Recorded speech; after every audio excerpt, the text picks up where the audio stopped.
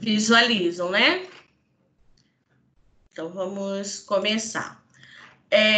Quando a gente fala, né, em dreno, né? O que vem a ser dreno, né? Semana passada eu cheguei a comentar com vocês, né, que eu mostrei o dreno de DVE, o dreno de DVP e o catéter de PIC, né, que são drenos, né, que são colocados dentro do centro cirúrgico quando o paciente faz cirurgias neurológicas, né? Então eu falei, todo o material, né, que ele vai ser colocado no interior de uma ferida, né, ou cavidade, quando a gente visa, né, a saída de líquidos. Que líquidos seriam esses? Sangue ou qualquer tipo de secreção, serosa, serossanguinolenta, purulenta, ou até mesmo ar, né? A gente pode estar complementando aí que eu não coloquei.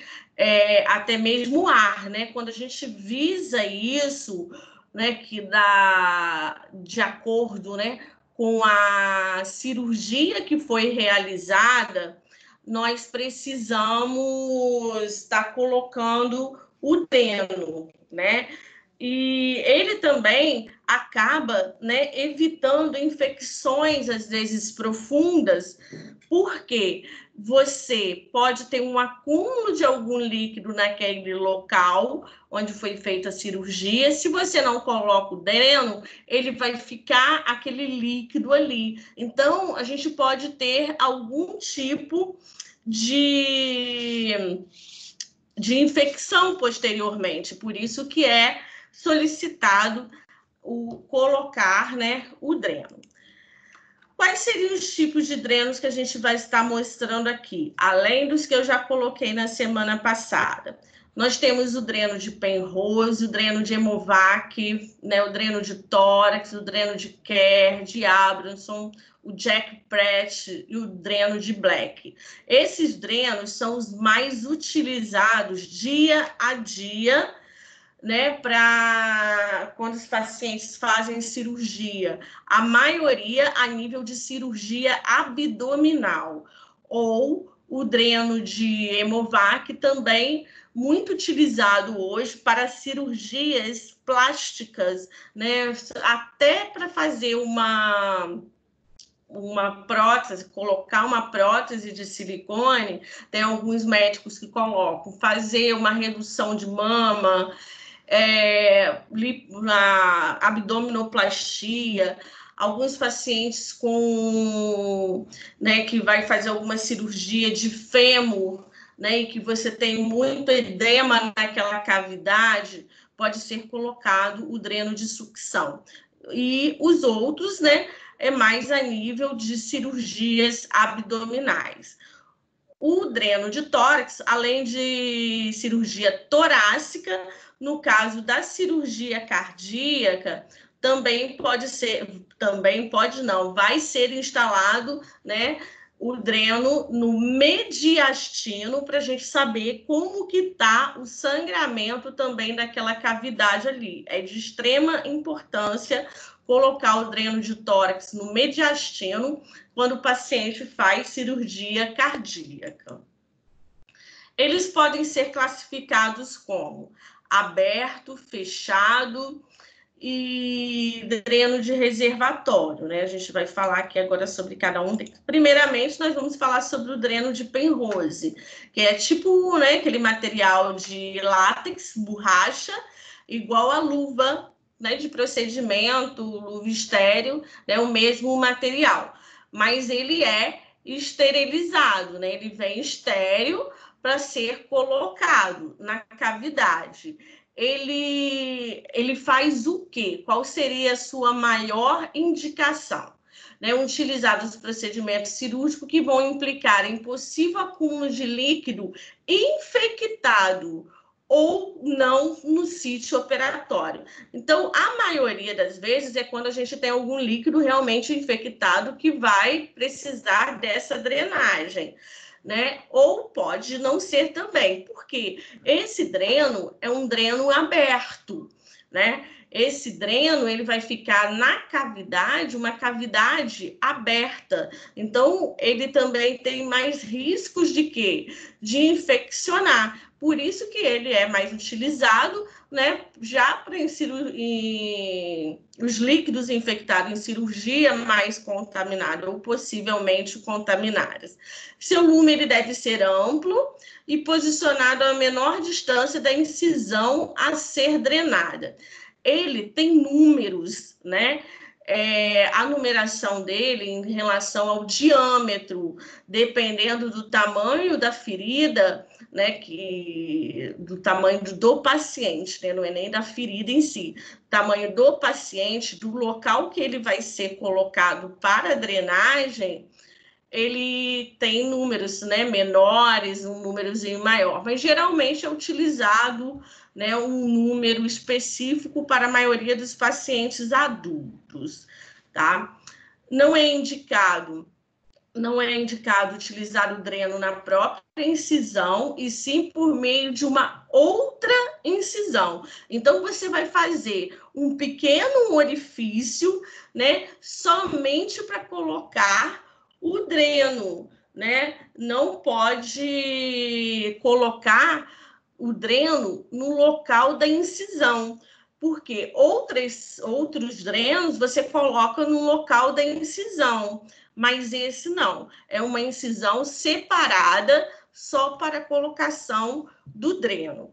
Para evitar obstruções, ele deve ser observado e mobilizado a cada 12 horas ou quando indicação médica.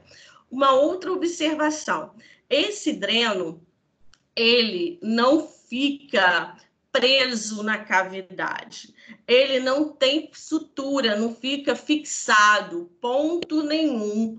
Então, o que vai acontecer? Nós temos que ter cuidado desse dreno, ele não desposicionar, né? Então, quando a gente for realizar a troca do curativo, eu tenho que ter cuidado, né? Quando eu for fazer o tamponamento, na hora que eu for retirar aquele esparadrapo, para ele não vir junto, né? Então, eu tenho que ter muito cuidado com esse dreno, ele não se desposicionar da cavidade.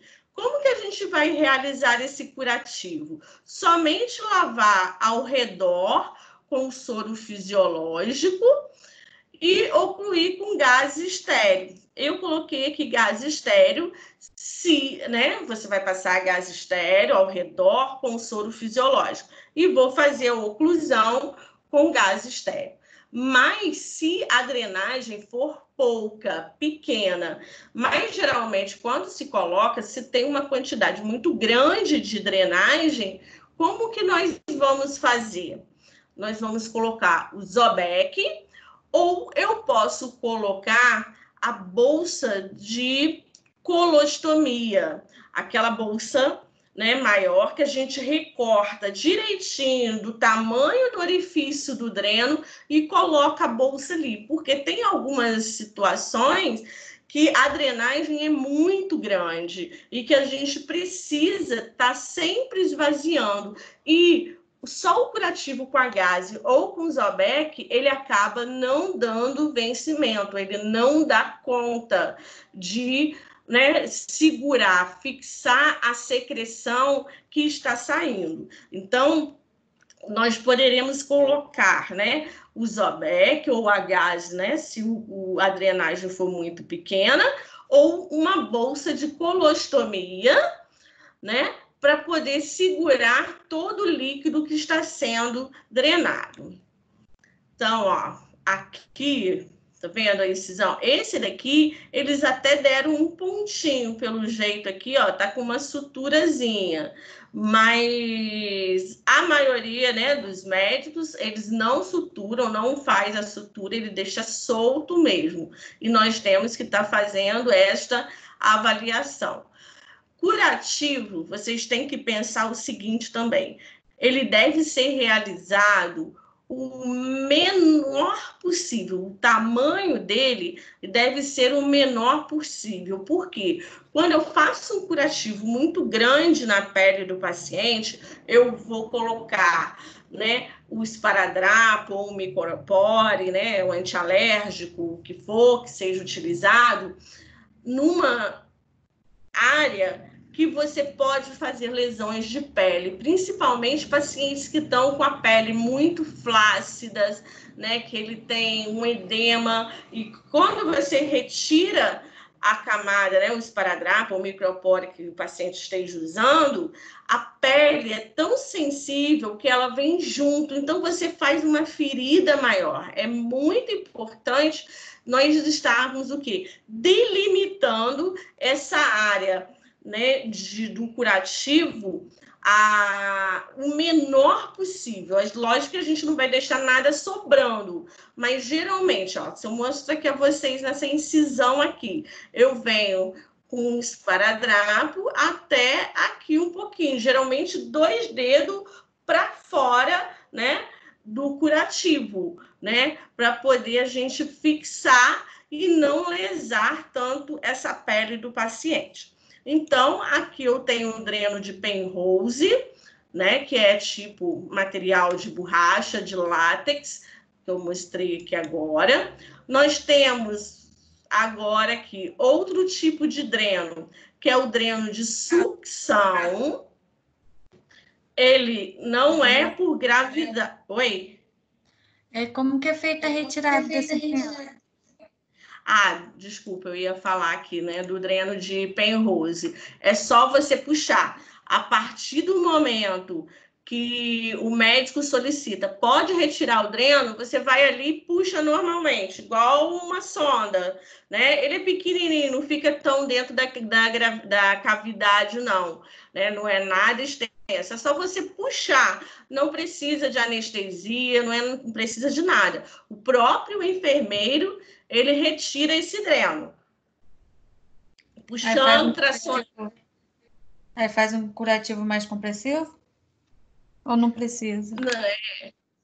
Não, só se você estiver fazendo curativo com Zobec, entendeu? Não precisa ser um curativo compressivo, grande compressão, não. Só para poder fixar. Por isso que eu falei, depende também aí da quantidade que está sendo drenada. Entendeu? Se estiver drenando muito, a gente coloca aquela bolsinha de colostomia. Vocês sabem qual é, não sabem? Sim. Então, coloca ali a bolsinha de colostomia, porque aí você não precisa estar trocando o curativo toda hora, e o curativo fica molhando o paciente. E para retirar o dreno, o médico vai falar, olha, pode fazer a retirada do dreno. O enfermeiro vai ali, puxa, ele não fica preso a nada dentro da cavidade, né? Por isso que eu falei, e se ele tiver com esse pontinho aqui, você vem com a laminazinha de bisturi, corta o ponto e puxa o dreno normalmente, sem problema nenhum, tá? Não tem dificuldade nenhum para a retirada desse dreno, não. Entendeu? Entendi. Ok? Qualquer coisa, vocês podem parar e perguntar, tá bom? Porque senão eu vou passando. Então, o dreno de sucção, assim como o dreno de Penrose, ele não desce em nada de secreção por gravidade, não. O dreno de Penrose, ele vai drenando à medida que estiver líquido na cavidade, e o dreno de sucção, nós temos que estar sempre refazendo esse vácuo, né? A bolsinha, né, esse reservatório, você fecha ele, você abre, né? Aí na imagem, ó, tá mostrando essa tampinha aqui. Essa tampinha onde eu tô com o cursor aqui na imagem, ela abre. Quando você abre, o que que acontece? Não esquecendo uma observação, toda vez que a gente for esvaziar dreno, eu tenho que pinçar, ó, aqui, ó, o cursor onde tá também. Eu tenho que pinçar fechar, né? Pinçar significa fechar, clampear. São todas as 3 palavras que são utilizadas. pinçar, fechar ou clampear o dreno, né? Para poder não entrar ar na cavidade. Eu clampeio aqui, abro o dreno, vou esvaziar, vou retirar o ar ou líquido que se encontra armazenado ali dentro. E refaço. E ele é tipo uma sanfoninha mesmo. Eu refaço, eu fecho, ele fica todo sanfonado. E à medida que for drenando líquido ou ar, ele vai abrindo. Deixa eu ver essa imagem aqui, ó. Tá vendo? A gente abre aqui, ó, e refaz o que a gente fala, refazer o vácuo. Você faz ele numa sanfona novamente. Aqui tem, eu acho, alguém querendo entrar. Tá aparecendo? Tá. Tá. Então tá.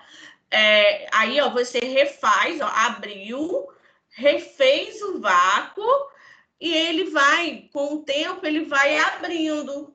Igual não tem aquele negócio de sanfona de tipo de festa junina, aqueles balões, né, que você, quando você abre assim, fecha, né? No caso, quando ele vai enchendo, ele vai abrindo. E quando você quer refazer esse vácuo, porque a drenagem dele, foi o que eu falei, é por sucção, é vácuo. Ele só vai drenar, ele só vai puxar o que está dentro da cavidade se refizer esse vácuo.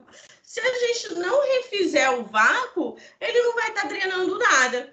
E uma outra coisa que a gente tem que estar observando em todos os drenos que são colocados no paciente é se ele não está obstruindo, né?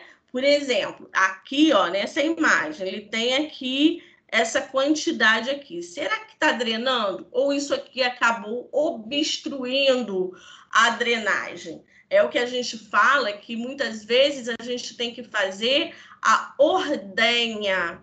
Ordenha é o quê?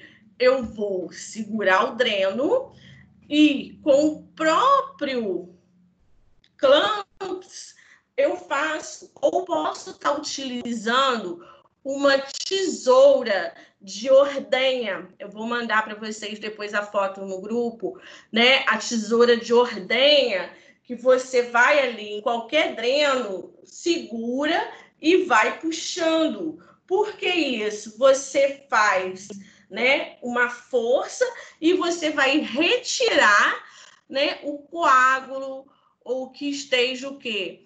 Obstruindo a passagem do líquido que está sendo drenado. Então, ó, aqui nessa imagem, essa parte que está aqui em azul é o que está para dentro do paciente no dreno. Não vai entrar isso tudo aqui, não. Vai ser de acordo, né, com a cavidade. Então, geralmente, também, ele pode ser cortado sem problema nenhum. E, né, para o médico, na hora da cirurgia, ele introduzir na cavidade, né, da cirurgia, tá? Aí, só uma outra coisa que eu não falei, né, que eu vou falar aqui, mas eu volto lá no dreno de Penrose. Aqui também é a mesma coisa. O médico, ele vai solicitar para a gente estar retirando esse dreno. Esse dreno, ele já tem uma fixação, ele já tem a suturazinha lá, o pontinho. A mesma coisa, a gente vem com a lâminazinha de bisturi, corta o ponto cirúrgico, cuidado para não cortar dreno. Toda vez, eu falo isso muito para todos os alunos, né? É lógico que a gente vai observar, mas às vezes a gente faz uma forcinha um pouco maior e pode cortar o dreno. Vocês tomem cuidado na hora da retirada do dreno. É cortar o pontinho mesmo, não cortar esse dreno, tá? Vocês ficam atentos. Então, tanto no dreno de Penrose, quanto no dreno de sucção, quando ele for retirado, né? O que vai ficar ali? Vai ficar um orifíciozinho aberto. Esse orifício aberto, vai ficar sem sutura.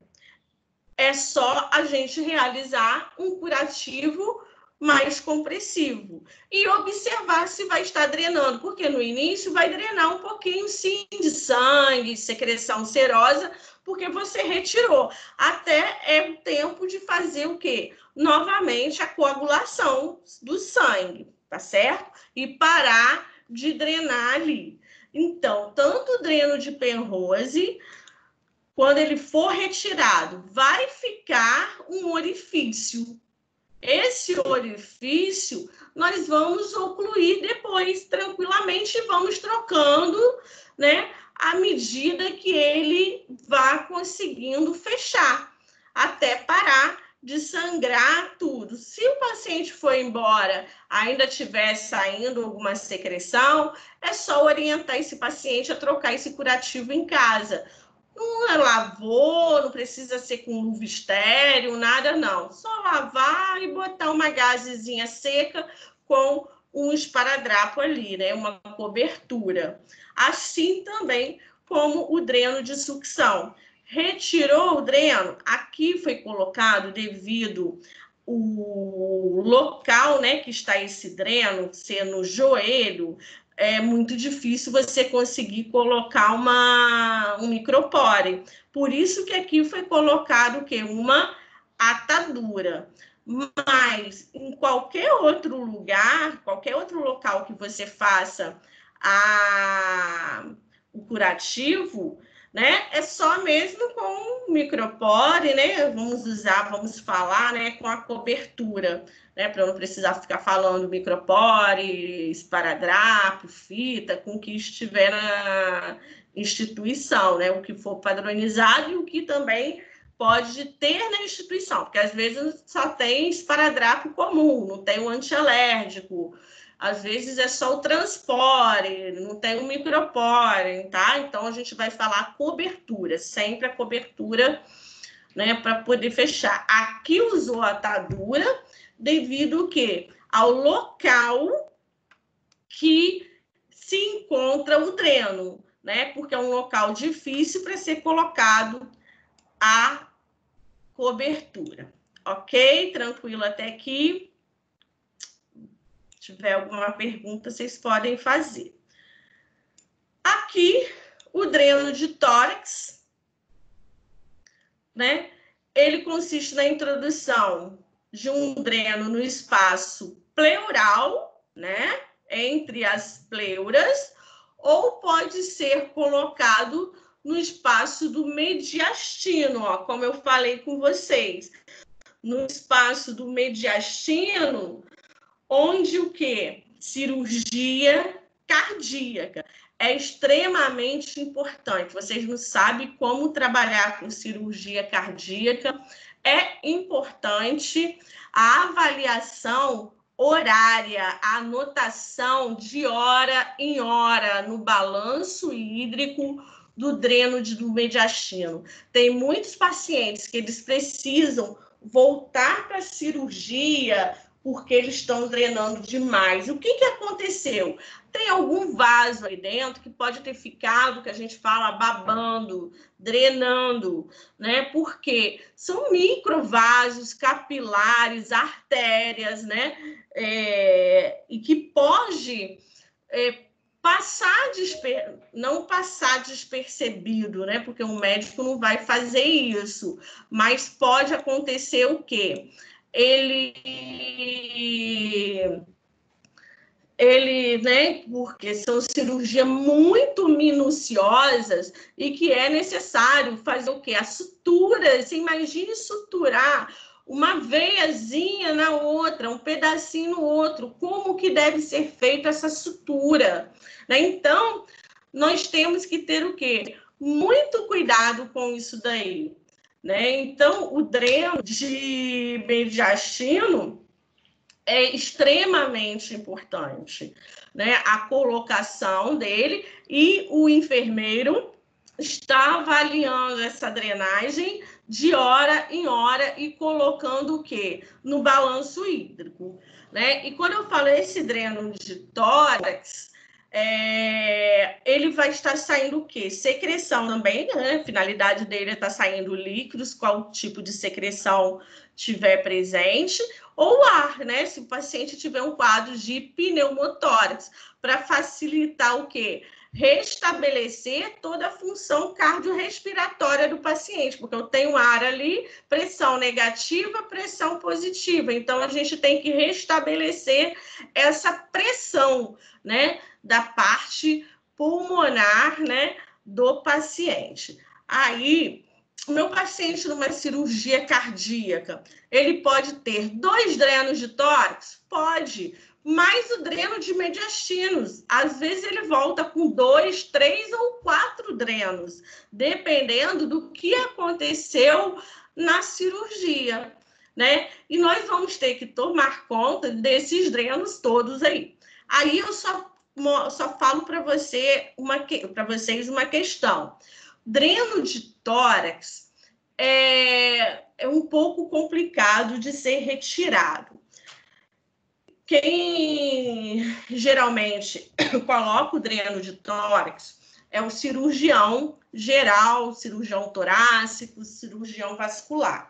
Geralmente no médico comum, né, qualquer outra especialidade, às vezes não sabe. Tem uns que sabem devido à vivência, mas a maioria não sabe. Então, sempre é chamado um cirurgião, né, para colocação desse dreno.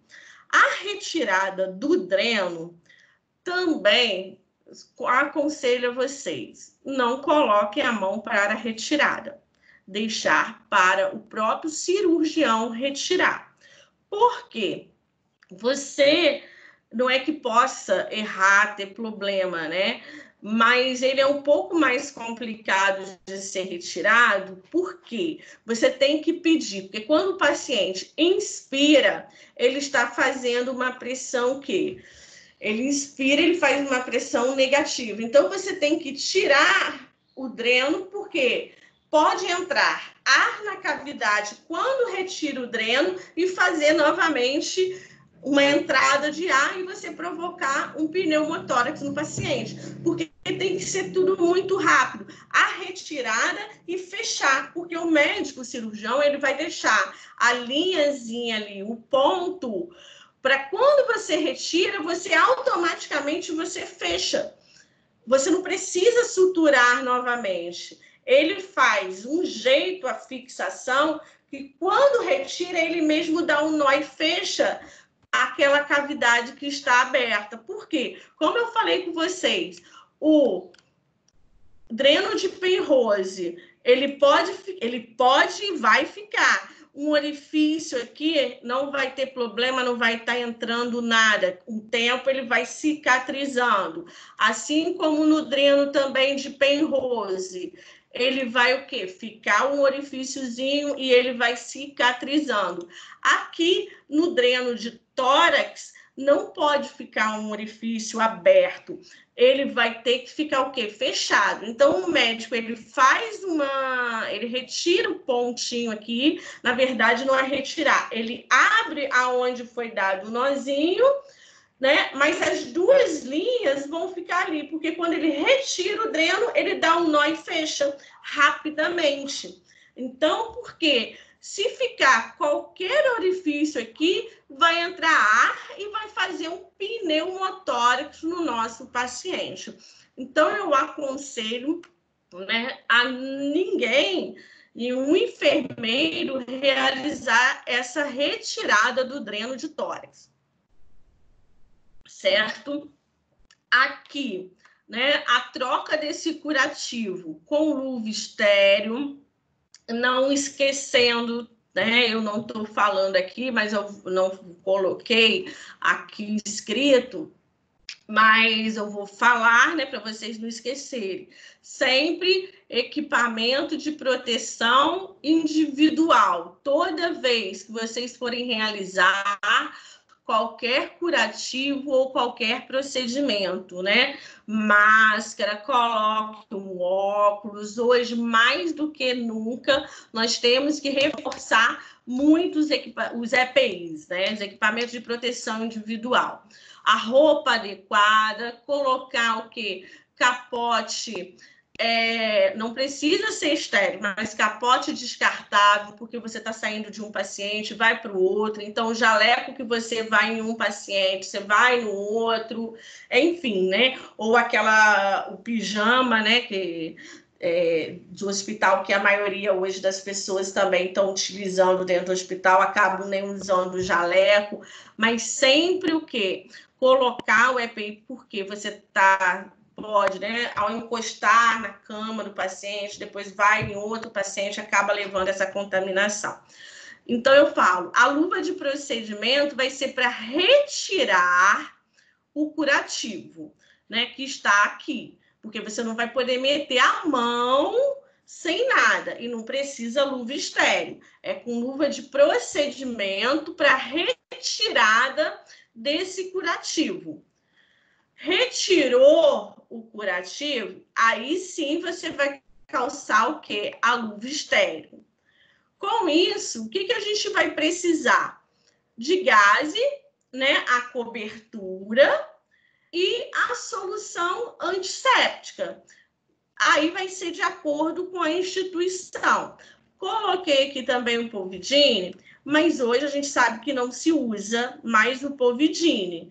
Mas tem algumas instituições que a gente ainda vê usando, certo? Por isso que a gente tem que colocar. Ou o álcool a 70 tranquilamente.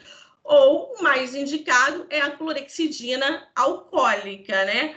Para poder fazer a limpeza sempre, né? Em formas circulares, né? Vem 3 vezes, observo todas as características desse local do dreno, se ele está apresentando secreção, se ele está apresentando sinais flogísticos, né, de que forma, calor, rubor, como que está, e fecho normalmente, coloco a gaze, né, e fecho. Com luva, o quê? Estéril. Eu vou utilizar a luva de procedimento para retirar o curativo, certo? Explicar, né? Que eu já acabei antecipando, né? Explicar sempre o procedimento ao paciente, qualquer dreno que vocês vão realizar a troca, qualquer procedimento, sempre explicar, né, ao paciente ou o acompanhante o que está fazendo, reunindo todo o material, realizando a lavagem das mãos. Nesse caso, o dreno de tórax não tem tanta necessidade, mas caso, né, porque dependendo do local que esse dreno se encontre, aqui, onde esse dreno aqui está localizado, não tem necessidade da gente virar esse paciente, né? O melhor, lateralizar esse paciente. Mas o dreno pode estar na região mais posterior do tórax.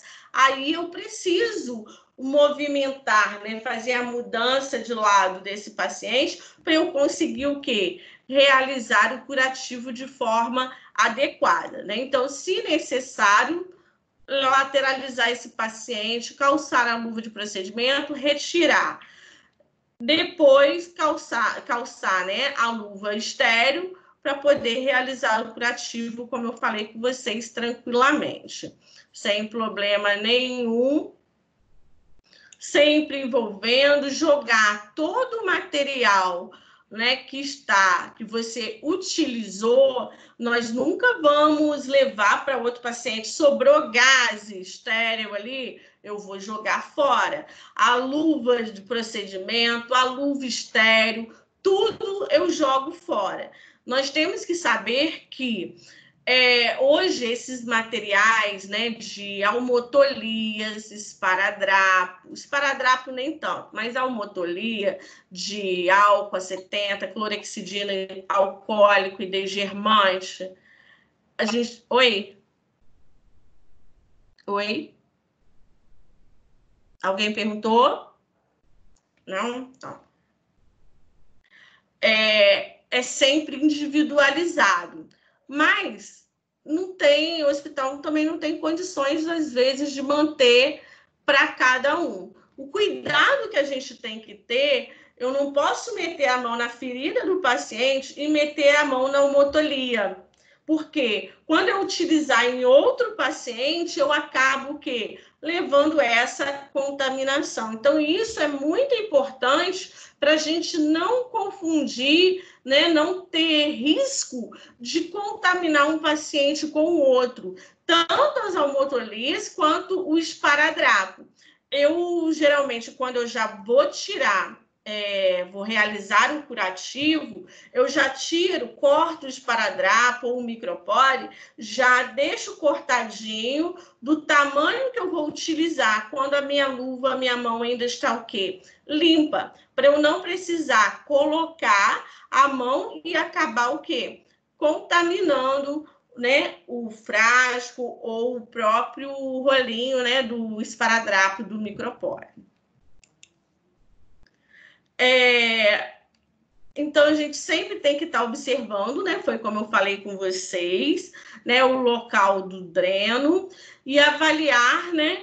Que se está apresentando sangue ou até mesmo se ele está desposicionado, né? Porque se ele estiver desposicionado, ele pode estar apresentando umas bolinhas, né? Você vê bolinhas saindo ao redor da ferida, né? Porque o orifício também, quando o cirurgião fez o corte, pode ser maior do que o próprio dreno, vamos supor, assim. Então, o que está ao redor acaba saindo ou o quê? Entrando ar ali e você não tem uma melhora da drenagem desse paciente, tá? Então, a gente tem que estar sempre observando ao redor da ferida, como que ele se encontra.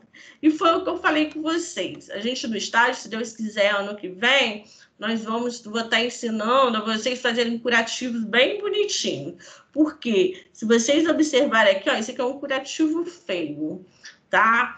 A estética do curativo vale muito também para o enfermeiro. Eu falo, né? Se você tiver cuidado, você não pode recortar, né, o esparadrapo assim, ó, em tamanhos diferentes, né? Você tem que ter uma estética apresentável. Tem hora que não dá, né? Porque você tem que botar aqui, botar ali para poder fazer uma compressão, alguma coisa. Mas no dia a dia, todos os tipos de curativo que for realizado, você tem que observar muito bem essa estética. O mesmo tamanho, né? Foi como eu falei, eu sou muito chata para isso. A gente não pode fazer de qualquer jeito, porque olha só, parece um dreno de tórax pequeno. Olha o tamanho do curativo. Parece que fez uma retirada, né, uma lobectomia. Retirou um pedaço do pulmão todo, parece que abriu o tórax todo do paciente. Então, o curativo ele deve ser realizado o quê? O menor possível, e a estética dele também é importante, né? Nós, quanto enfermeiros, estarmos observando. A troca do selo d'água. Isso é importante também para o enfermeiro. Foi como eu falei, existe o que aqui no selo d'água? Sempre colocar solução de água destilada ou soro fisiológico. Sempre 500 ml. É padronizado 500 ml, por quê? Porque a gente tem a padronização, né? Porque é meio do frasco e o que pode descer ainda sobre a gravidade. E se eu padronizo 500, se está ali 600, 500 é de soro e 100 é de drenagem. Então, tem como eu fazer o quê? A média do que está sendo drenado. Porque se no meu plantão eu coloco 300, o outro coloca 200, o outro coloca 500, e aí, qual é o valor que foi colocado para eu saber o valor drenado? Porque isso aqui também deve ser anotado, né? esse volume de drenagem em balanço hídrico, né? Então, a gente coloca, né, 500 ml, até mesmo porque é o meio do frasco, para poder conseguir descer. Porque o dreno de tórax, a drenagem é por gravidade. Tanto é que ele tem que ficar o quê? Abaixo do nível do paciente, né? Porque ele desce sob gravidade.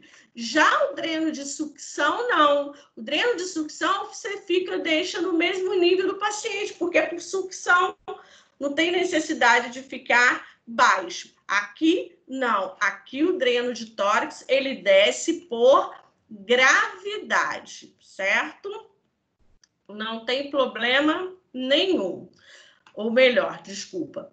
Ele tem que ficar abaixo e não esquecer de que clampear o dreno para não ter retorno, né, entrada de ar quando a gente for retirar o quê? Essa tampa para esvaziar e colocar nova quantidade de soro fisiológico ou água destilada. Porque eu preciso esvaziar, eu preciso limpar o que está aqui dentro, tá? Então, um segura a tampinha, enquanto o outro vai lá esvaziar. Porque se eu coloco também essa tampa, não vou colocar no chão, não vou colocar em cima da campa, porque eu acabo também o quê? Contaminando. Uma pessoa segura a tampinha e o outro acaba o quê? Esvaziando, dando uma lavada com soro fisiológico, despreza, né? Porque você tira, se tiver sangue, tudo, você tira e coloca novamente o selo d'água, os 500 ml de soro.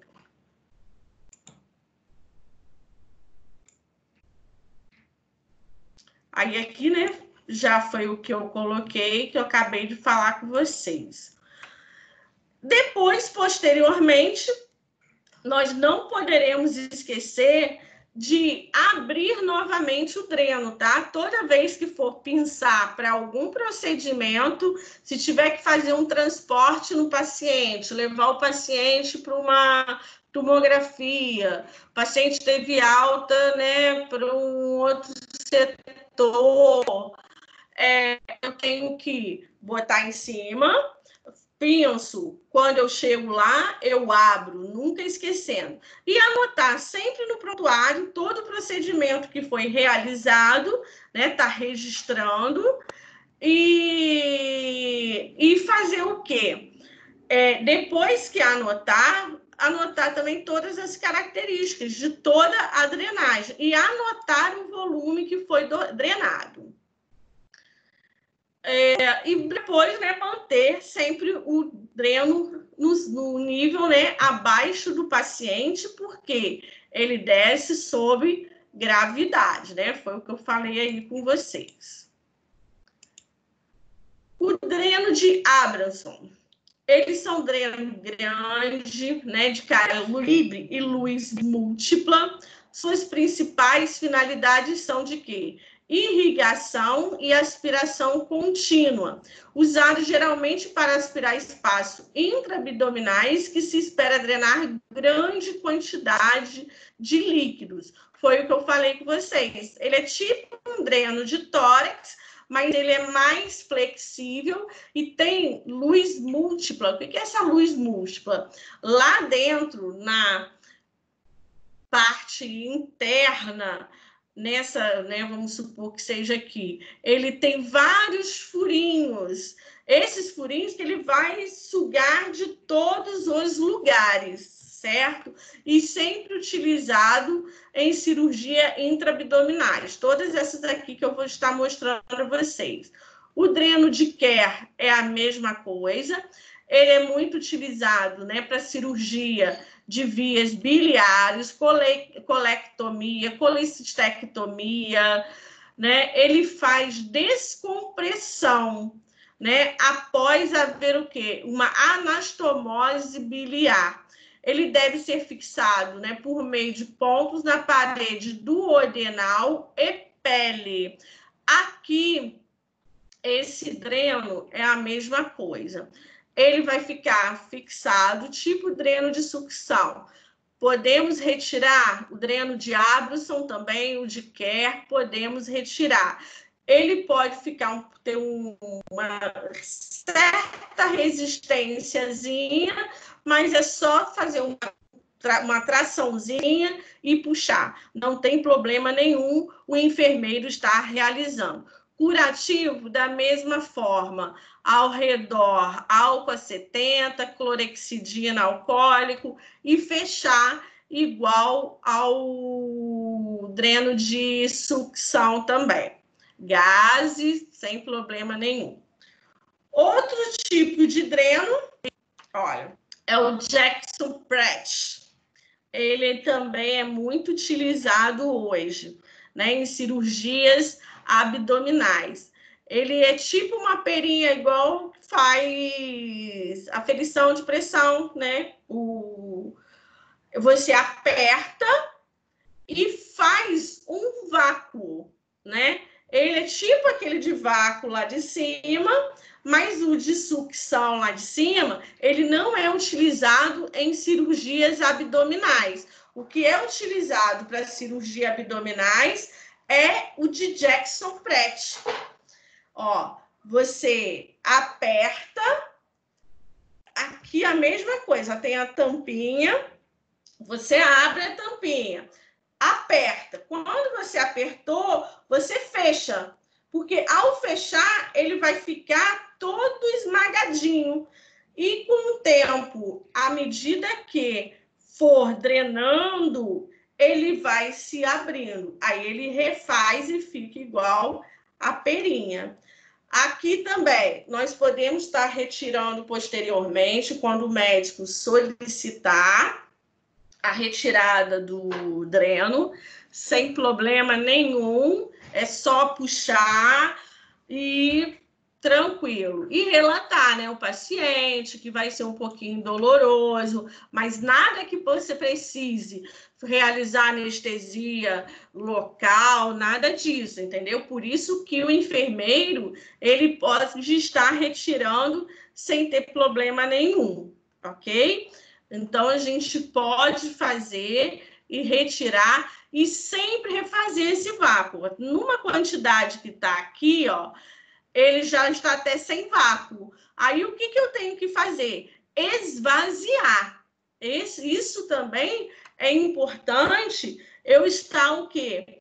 Observando. A partir do momento que ele está sem o vácuo e já está cheio, eu tenho que imediatamente esvaziar para poder refazer esse vácuo e drenar se tiver que ser, né, drenado ainda mais. O dreno de Black, ele é confeccionado também em silicone, então ele é bem flexível, né?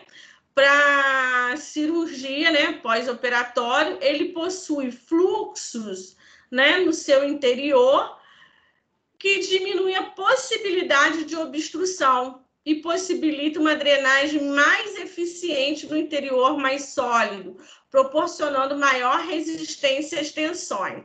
O que significa? Quando ele tem esses orifícios aqui, ó, nesse local, ele vai dificultar que haja obstrução de trombos, porque se obstruiu aqui, aqui não vai estar, você vai ter esse caminho. Mas ele não é muito utilizado, não.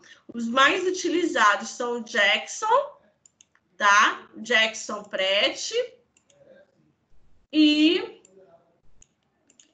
né, o de sucção, o de Kerr ainda também é utilizado, mas o que mais se utiliza para cirurgia abdominais é o de Jackson Pratt, ok? Alguma dúvida? Porque nós acabamos aqui a parte de dreno. Alguma pergunta a ser realizada?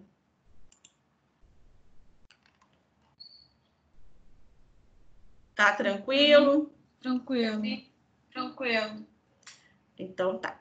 Vamos começar aqui agora. Deixa eu ver aqui.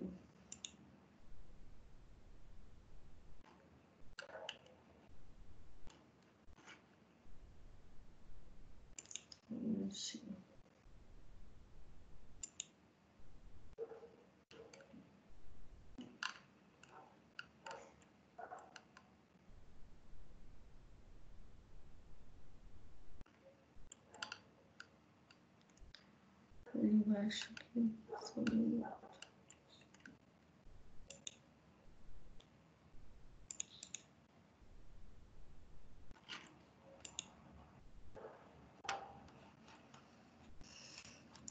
conseguem visualizar, né? Ainda não abriu? Ainda não abriu? Não abriu, não? Calma aí, então deixa eu...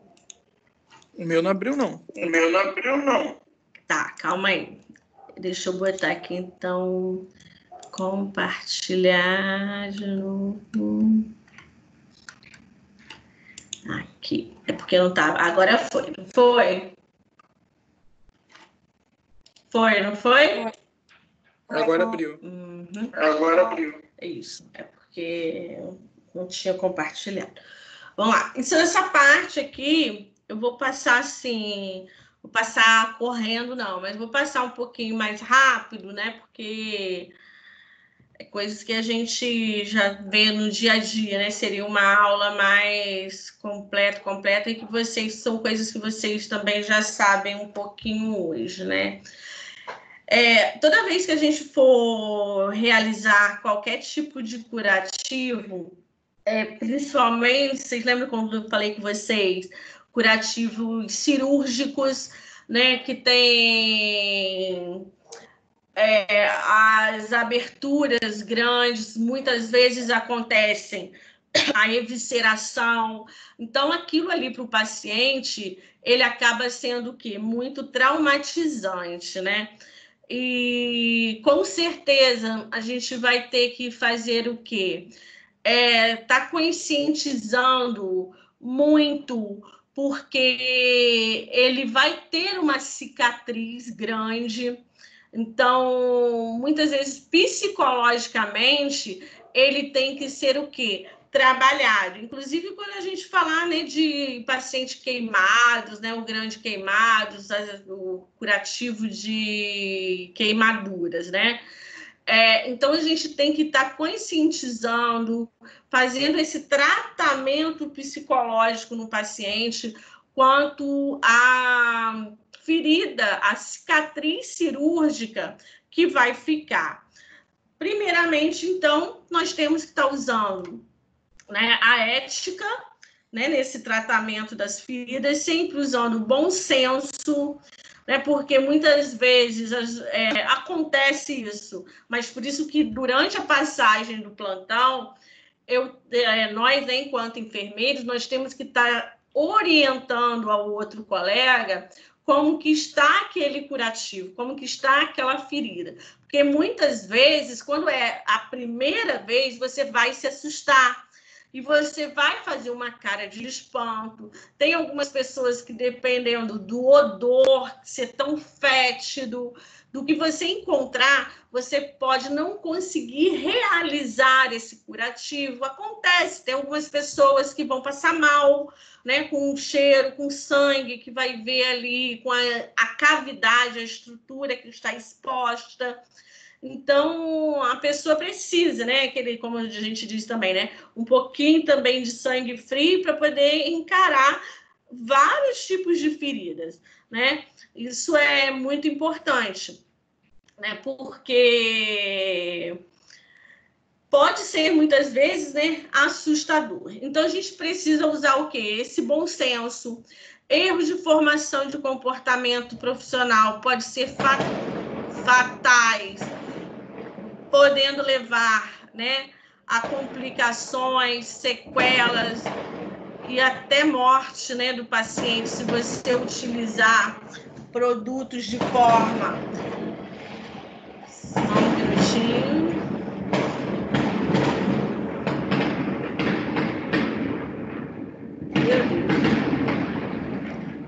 curativo, não está dando bem para ouvir.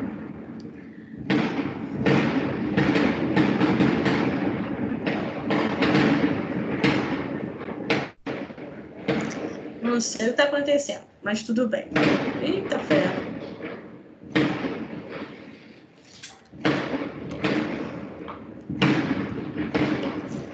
Então, continuar. Muito barulho. A bala perdida aí. Oi?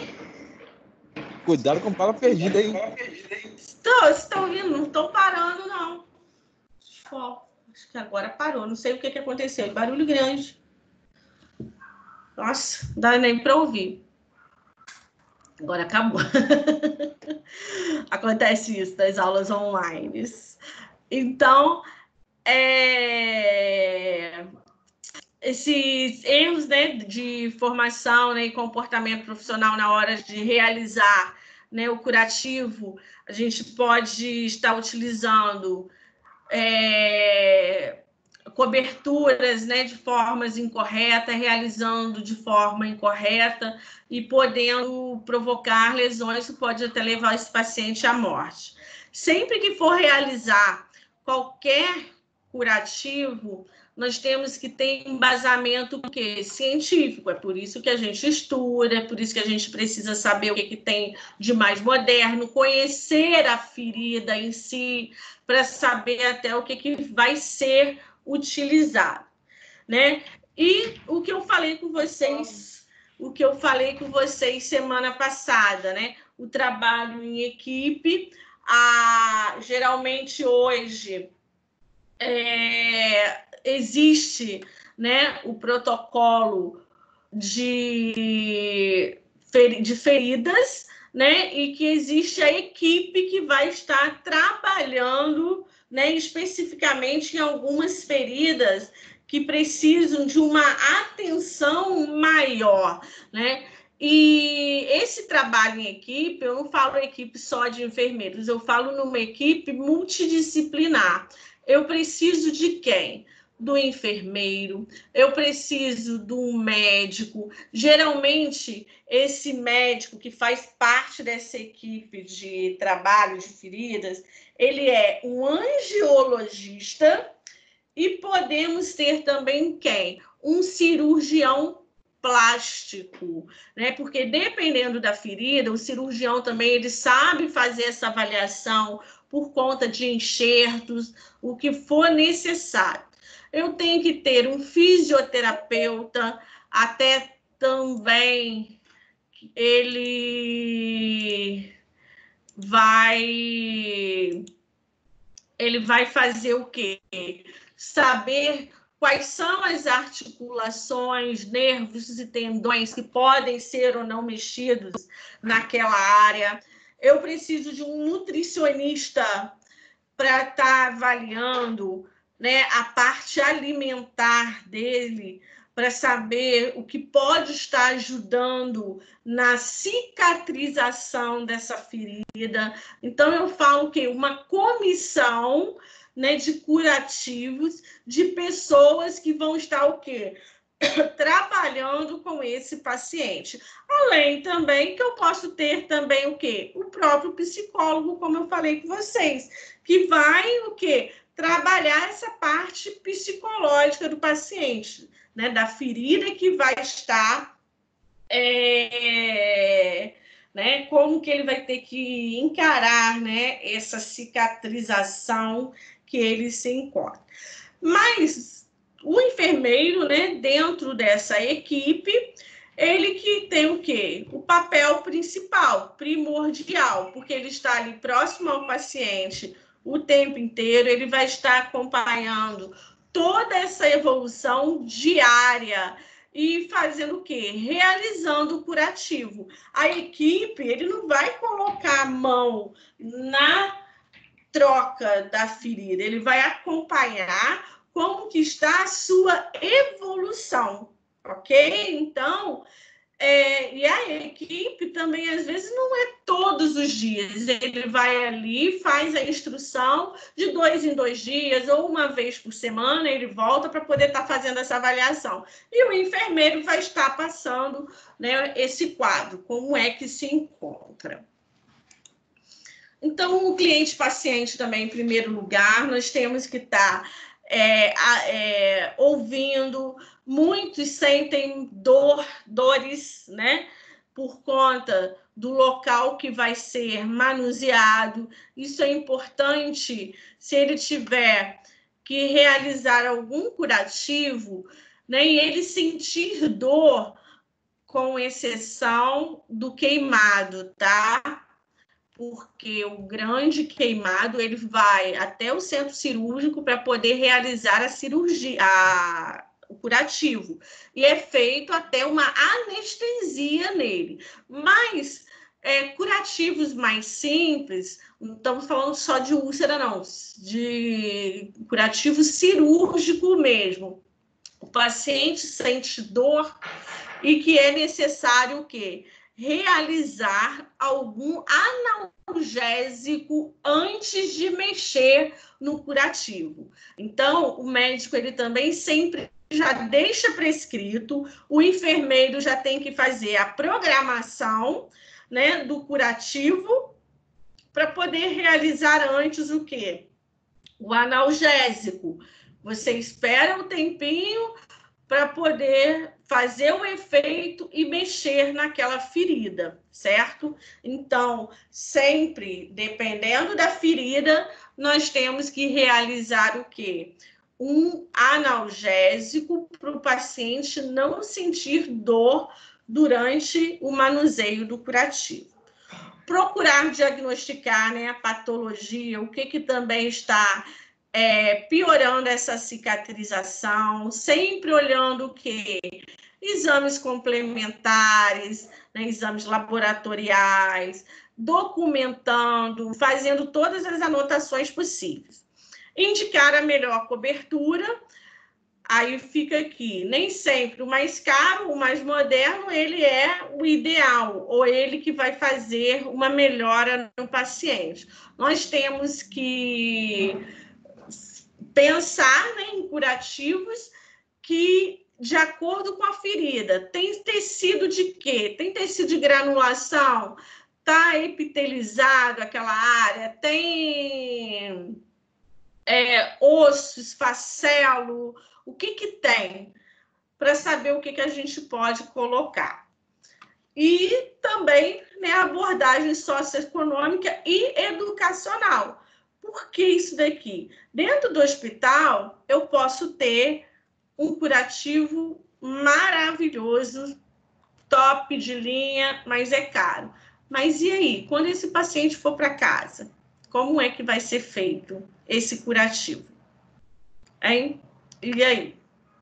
Nós temos que... Ele tem condições de manter a compra desse material?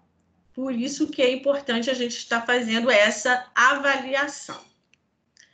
Aqui, passar também rapidamente, só para vocês terem uma noção, né? Só para a gente dar uma relembrada.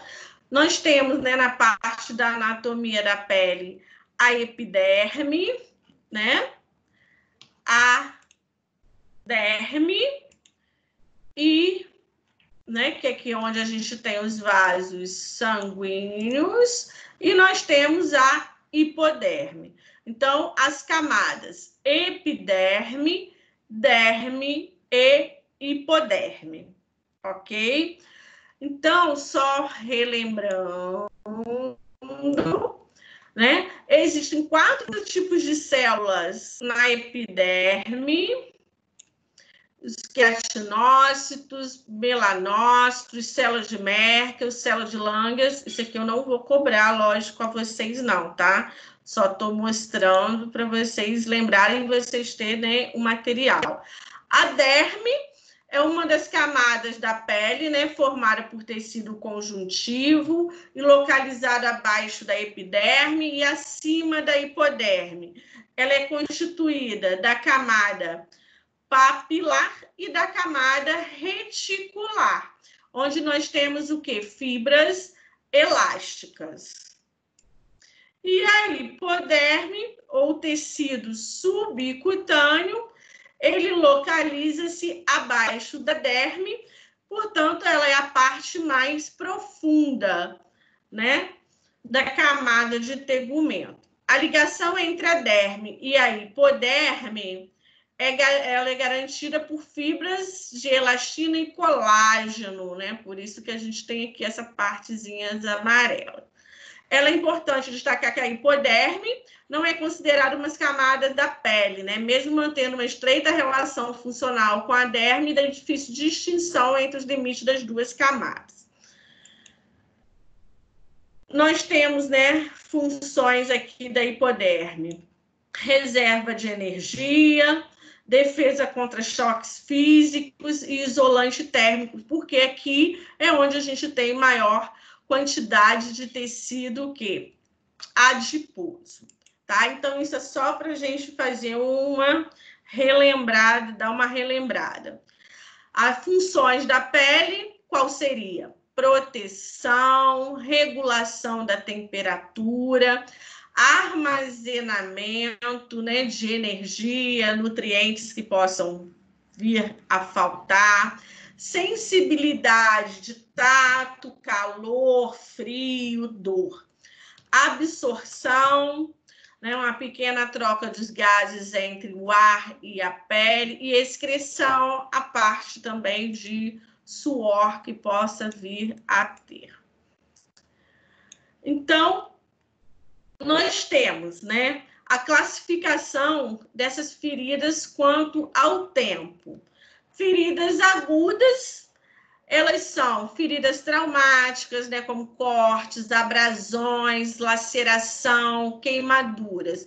Feridas agudas são aquelas que são facilmente fechadas, diferente da ferida crônica. A ferida crônica, você tem um tempo maior para a cicatrização. Tem algumas pessoas que têm aquela ferida lá por 5 anos, né, e não consegue cicatrizar, né? Mas as feridas agudas, não. Você consegue ter um tempo, né, de metas, né? O que a gente fala de metas, quando a gente fala de sistematização da assistência de enfermagem, quando eu programo, né, a minha como que diz, a minha prescrição de enfermagem, eu programo, eu tenho metas de quanto tempo eu pretendo fechar aquela ferida cirúrgica, né? Ter a cicatrização. Então, a ferida aguda é uma ferida que praticamente ela às vezes não tem sinais de infecções e fecha rapidamente. Já de diferente, né, das feridas crônicas. Isso aqui é uma úlcera, né? No caso, é uma úlcera venosa. É uma úlcera venosa, né? O paciente com erisipela, paciente diabético, né? Então, ela tem uma dificuldade, paciente com insuficiência vascular, ela tem uma dificuldade na cicatrização. É mais difícil cicatrizar. E acima, né, de 30 dias, mas com certeza tem um tempo bem maior, tá? A ferida, né, pós-operatória, aqui eu tenho um coto, né, a gente chama de coto, né, porque foi a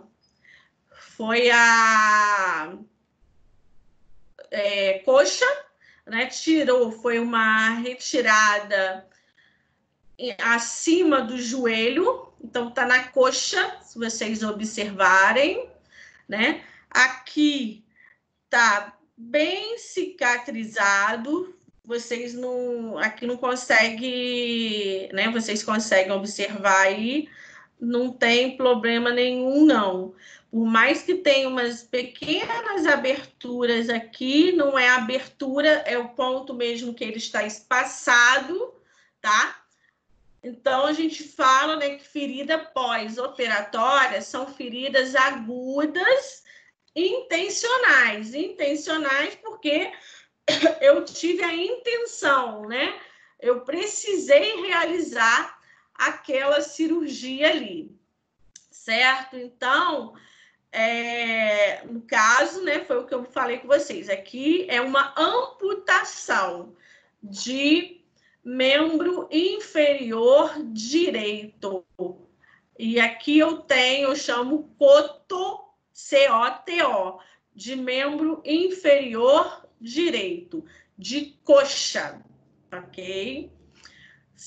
Sem problemas nenhum nessa ferida aqui. Curativo para esse tipo de ferida aqui.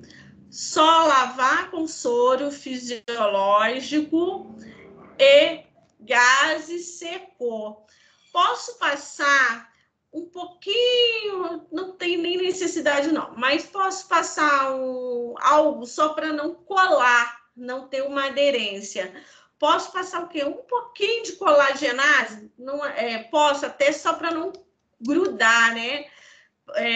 A gase no curativo, porque quando a gente retira, pode sangrar, né, nesse local. Mas eu posso passar um olhinho, um Dersane, né, um AGE, e fechar tranquilamente. Nesse caso, a gente não pode também colocar esparadrapo. Eu tenho, devido ao local que eu tenho que passar atadura, tá? Para poder não sair o curativo. Classificação da ferida quanto ao agente causador, né? Professora, aqui eu tenho. Oi. Quando voltar ao normal, a senhora vai passar isso na técnica?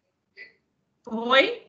Quando voltar ao normal, a senhora vai passar essa aula na técnica pra gente? Sim, posso, se Deus quiser. Porque agora também, olha, esse semestre com certeza não vai mais, né? Mas no semestre que vem agora, essa parte prática, com certeza nós vamos tirar um dia e fazer, entendeu? E a gente sempre, daqui para frente, agora, como diz o outro, daqui para frente, agora a gente tem aula direto. Então, vocês sempre vão estar comigo, se Deus quiser, né?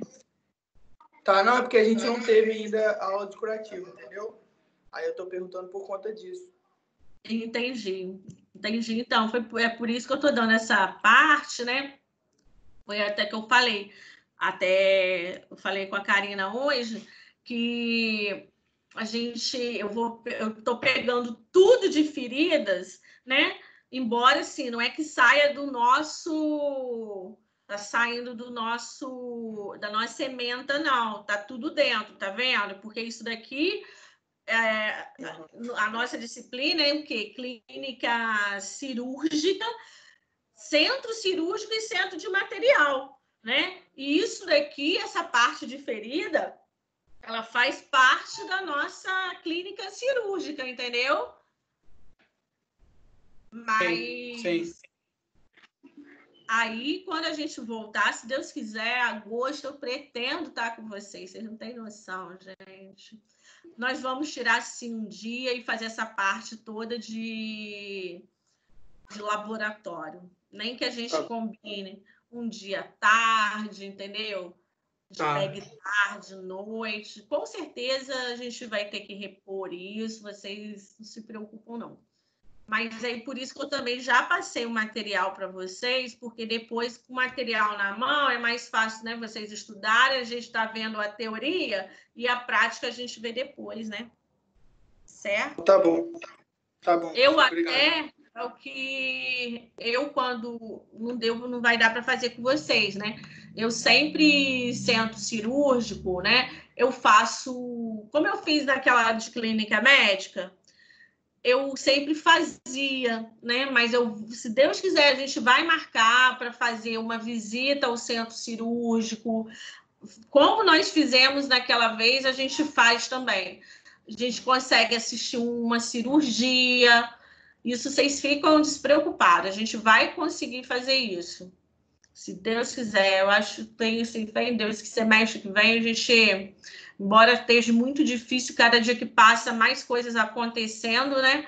mais casos, mais problemas, mas a gente vai conseguir nesses 2 meses aí, se Deus quiser, ter uma redução nisso. Aí a gente marca, visita o centro cirúrgico, porque tem gente que não trabalha, a maioria não conhece, para vocês assistirem uma cirurgia, como que se reporta lá dentro. Pode ficar tranquilo, gente. A gente, semestre que vem, a gente vai trabalhar muito, até porque semestre que vem vocês vão ter UTI comigo. E essas disciplinas estão todas interligadas, entendeu?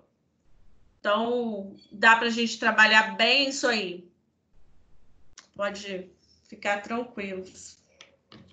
Deus quiser, vão orações, né? Então, tranquilo. Essa aqui, né? Nós temos uma ferida, né?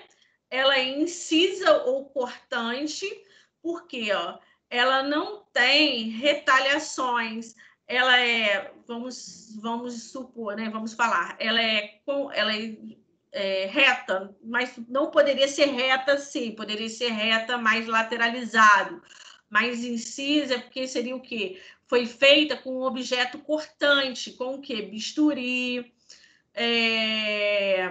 bisturi elétrico, né? Cortou, e as bordas, a gente consegue ajustar para ter posteriormente uma incisão aonde ela fica o quê? Só aquela linhazinha, sem ser nada retalhado, né? Sem ser vários para lá, para cá, né? Com vários pontos, né?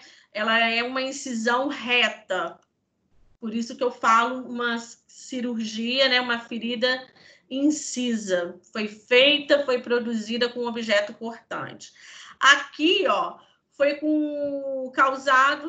houve uma laceração, né? Pode ser de um lado ou outro, ela não tem um segmento, né? Teve uma separação de pele de forma inadequada, por isso que a cicatriz também acaba ficando um pouco diferente de quando você tem uma incisa, que você realizou, você tem bordas que você consegue reconstituir de forma adequada.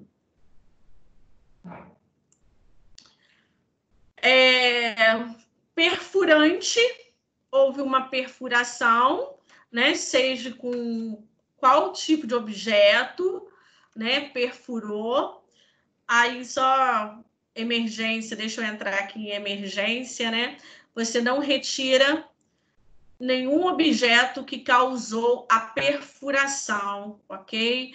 O paciente ele tem que ir para o hospital com um objeto e vai ser retirado durante a cirurgia, porque senão você acaba lacerando, né, o órgão o qual penetrou esse objeto. Aí eu já entrei em emergência, mas vamos lá.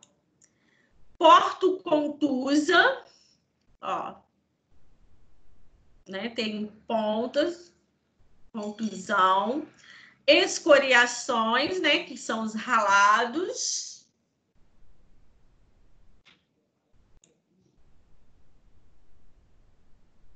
venenosa, aqui algum bicho, né, algum animal peçonhento causou uma ferida.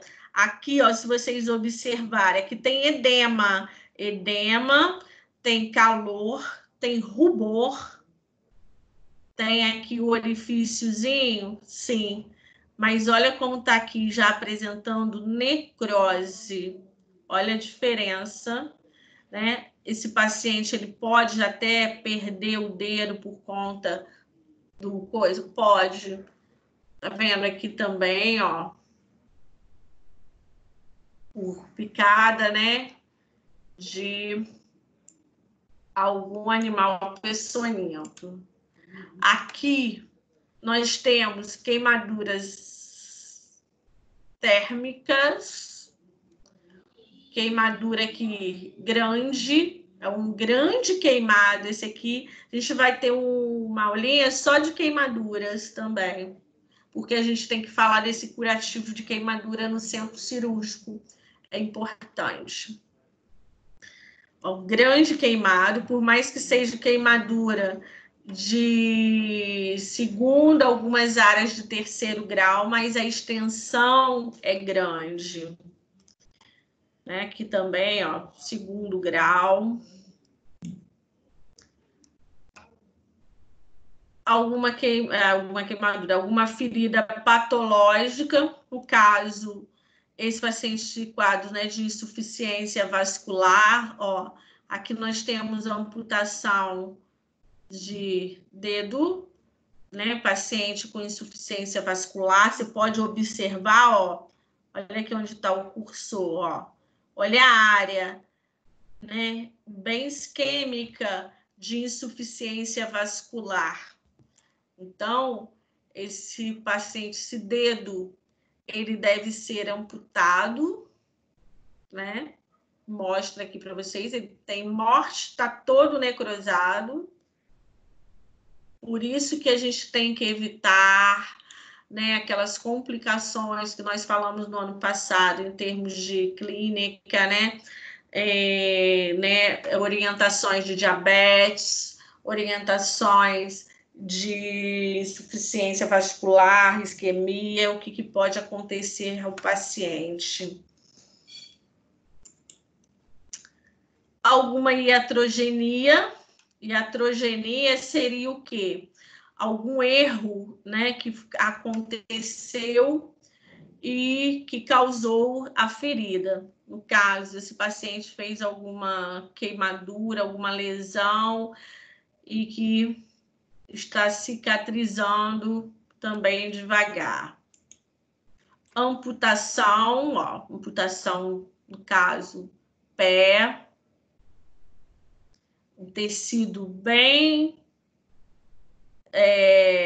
tá bem granulado, tá bem vascularizada essa área, né? Então, tá um curativo bom. Aí eu pergunto também aqui a vocês, esses curativos é o que a gente vai ter que avaliar. Todos eles vão ter que ser lavados com soro fisiológico, né, em abundância, e avaliar qual é o produto que vai ser utilizado, de acordo com o que a área apresentar. Se a área apresentar necroses, como está nessa parte aqui, ó, amarelada, é um tipo de produto. Já nessa área de granulação, já é um outro tipo de produto. E aí, isso, assim, a gente tem que... Vou pegar também depois, falar sobre algumas outras coberturas, entendeu? A gente vai falar nisso aí também. Mas o quê? Porque hoje, foi o que eu falei, existem milhares de produtos no mercado, né? A indústria, né, farmacêutica de curativos está muito grande. Então, cada representação ele tem o mesmo efeito, mas de marcas diferentes. E isso a gente tem que avaliar qual que vai ser utilizado, qual que eu prefiro trabalhar, qual que a minha instituição trabalha, né? Compra, no caso, realiza a compra. Aqui, ó, uma ferida superficial. Aqui uma ferida onde parte da derme, né? Epitélio derme, né? Foi destruído, que eu já mostrei ali a vocês. Uma espessura total, pegou o quê? Em relação à profundidade, né? Derme, epiderme, hipoderme, mas também epitelizado, vascularizado, ó, tem bastante sangue nessa área. E se vocês observarem ao redor, ó, como que já cicatrizou bem. Uma ferida limpa e uma ferida o quê? Contaminada, né? Por que isso? Aqui aconteceu algum objeto contaminado que fez a laceração. Isso também a gente tem que avaliar. Aqui, olha, a gente tem uma ferida também.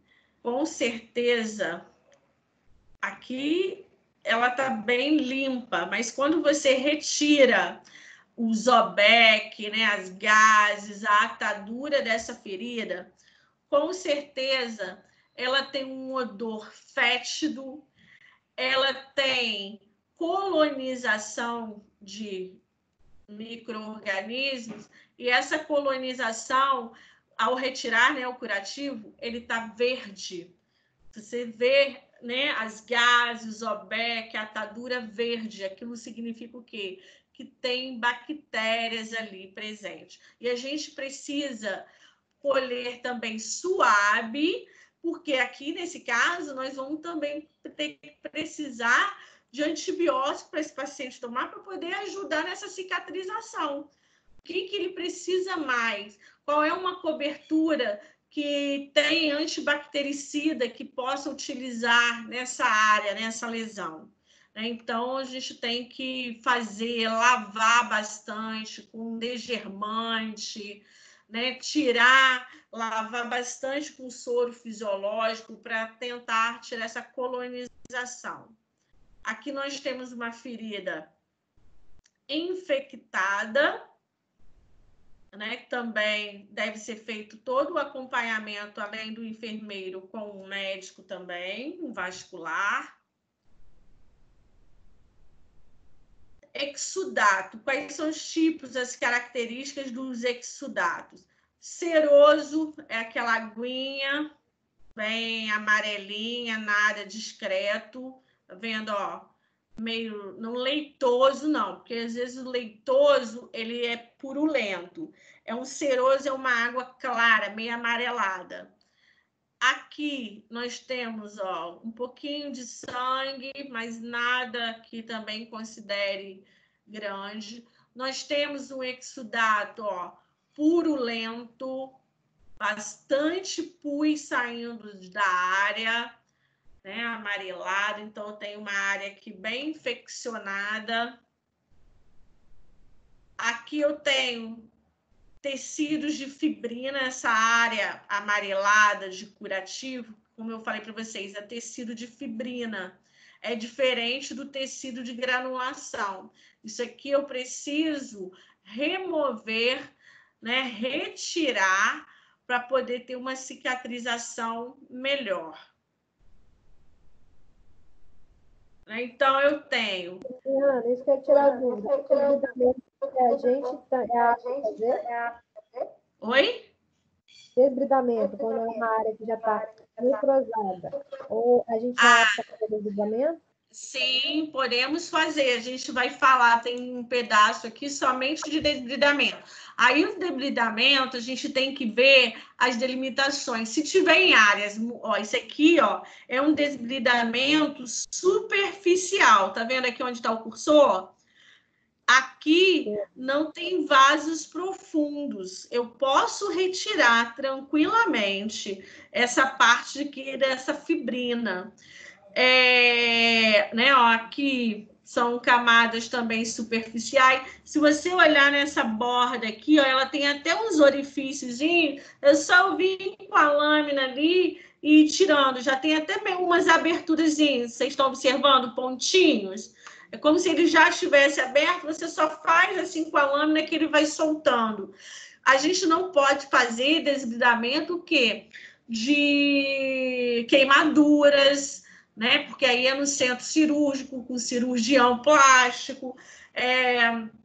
Deixa eu ver aqui, tem uma área, ó, profunda. Ó, essa área aqui, a gente pode retirar, ó, porque aqui tem... Ele está solto. Então, a partir do momento que ele estiver solto, a gente pode estar retirando. Essa área aqui, ó, é uma área de necrose, tá vendo?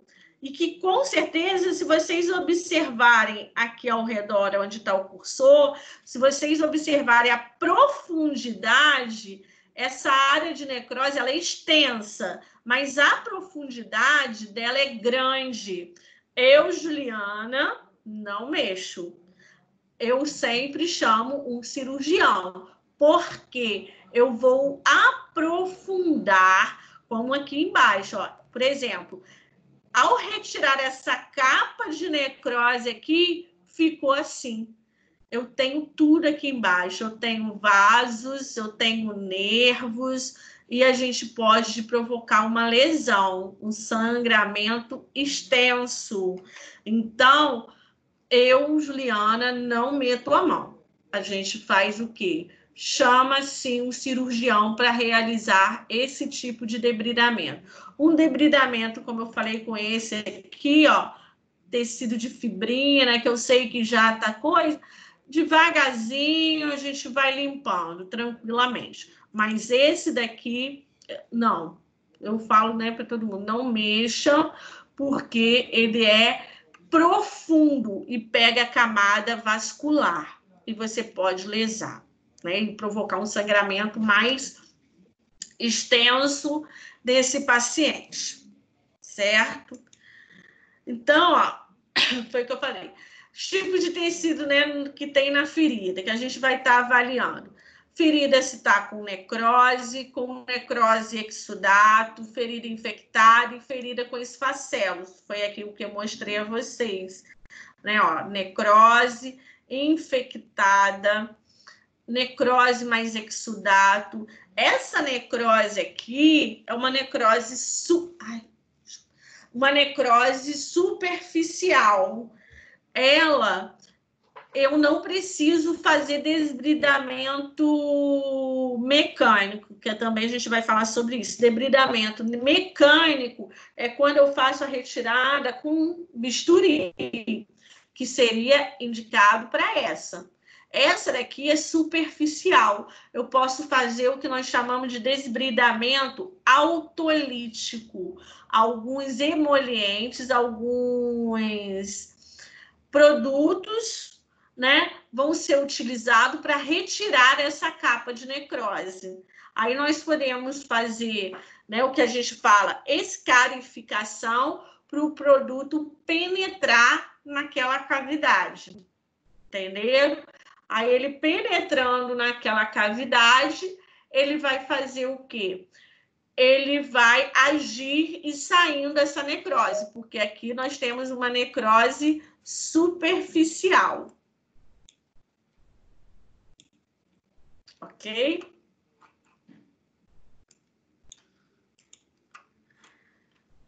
Aqui, ó, né, feridas com tecido de granulação, foi o que eu mostrei a vocês, ó, tecido de granulação é essa parte bem vermelhinha, essa parte vermelha, né, ela significa o quê? Que tem circulação, tem sangue, ela já está boa, eu não posso, importante, esfregar para sangrar, porque antigamente falava assim, não, a gente tem que limpar a ferida, tem que esfregar para sangrar, para poder epitelizar. Não pode fazer isso, porque se você esfregar muito, você acaba o quê? Danificando os vasos. Aí você acaba destruindo a granulação e a epitelização, porque aqui já está prontinho, boa para fechar.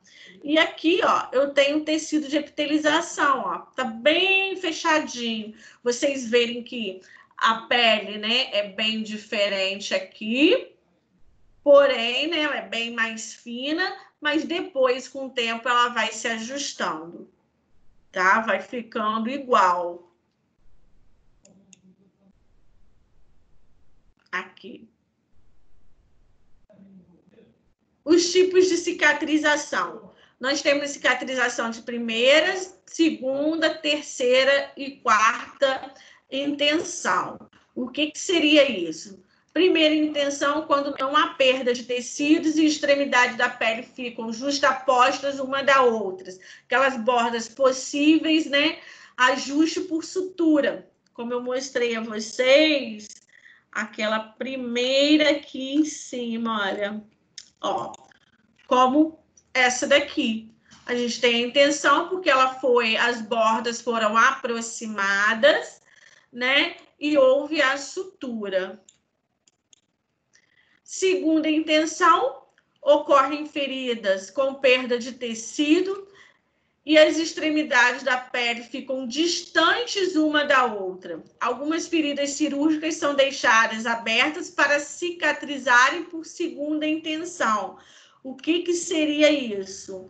Olha, eu aqui não posso realizar uma sutura.